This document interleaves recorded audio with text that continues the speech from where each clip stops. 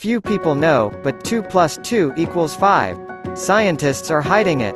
Look at this. It's a 2, but it's an Arabic 2, and it came much later than mathematics. Let's rewrite the example in Roman numerals, proven over the centuries. Look what we've got. The Roman 2 is a reflection of the essence, that's like 2 fingers. But even in ancient times, scientists knew that we live in a 3-dimensional world. And if you look at the world as it really is and look at it from the other side, we get this.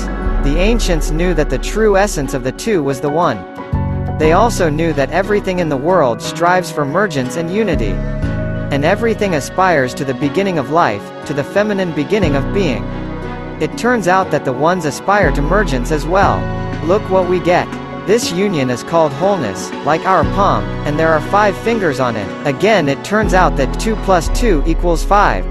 Luc Besson is the supreme master of the order of this secret knowledge, and in his film The Fifth Element, he encoded this secret message. Remember how many stones there were in the film? That's right, 4, and combining their essences resulted in a 5th essence. Even Ruby Road secretly hints at us. Even if we refer to the genetic memory of the number, and take the Arabic 2, the ancestor of the Roman 2, and do 2 actions with it, that is, turn it upside down and reflect it, we get a 5. We did 2 actions with the 2 and got a 5th entity.